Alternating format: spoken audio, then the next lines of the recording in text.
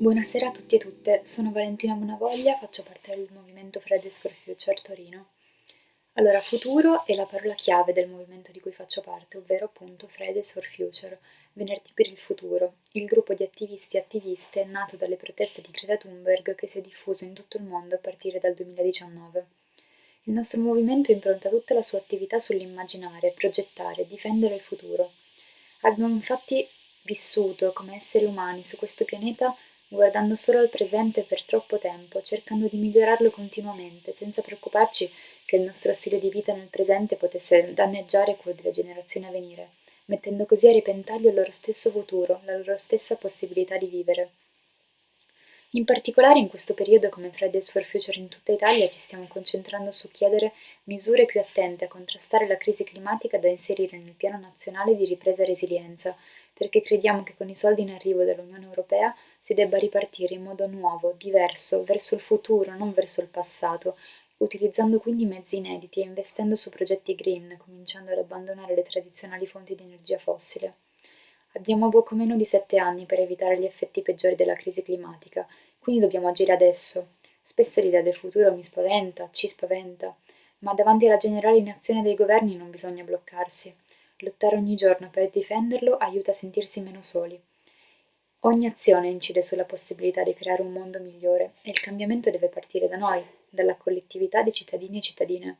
Per questo motivo l'idea di creare nuovi spazi all'interno delle città in cui progettare e realizzare una nuova idea di presente che non metta a repentaglio il futuro delle prossime generazioni è un passo importantissimo per far capire a molte persone che sono necessarie, fondamentali per il cambiamento.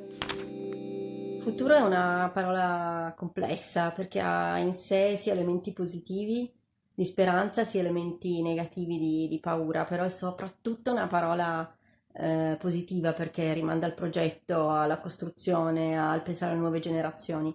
E Torino Social Impact nasce da questa esigenza di progettare con lungimiranza il futuro, introducendo elementi di impatto sociale nel modello di sviluppo economico, cioè affinché le imprese, le iniziative imprenditoriali introducano intenzionalmente impatti positivi per la collettività, rinunciando anche a una parte di remunerazione del business a vantaggio della collettività, misurando in modo strutturato l'impatto generato. E Torino Social Impact è questo: 130 partner pubblici, privati, profit e non profit, che ragionano sul futuro sulla base di questo schema di impatto sociale, cioè la generazione intenzionale di impatto sulla collettività quando si parla di modelli economici.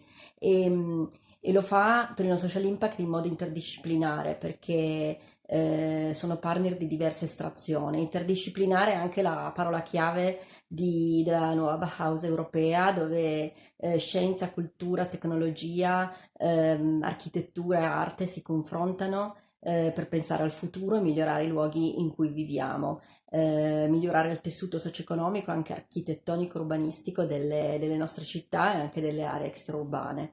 Quindi futuro è intrinseco nel progetto Bauhaus, così come in Torino Social Impact. Se l'anno che abbiamo convissuto con il Covid-19 non fosse stato un bollettino quotidiano di morti e sofferenze, purtroppo alcune parti del mondo sono ancora nel pieno di questo dolore, lo si potrebbe rileggere come un'enorme prova generale di quello che la nostra vita potrebbe diventare. Ci siamo resi conto infatti che la transizione digitale è una necessità e che ora che ne siamo protagonisti dobbiamo portarla a compimento.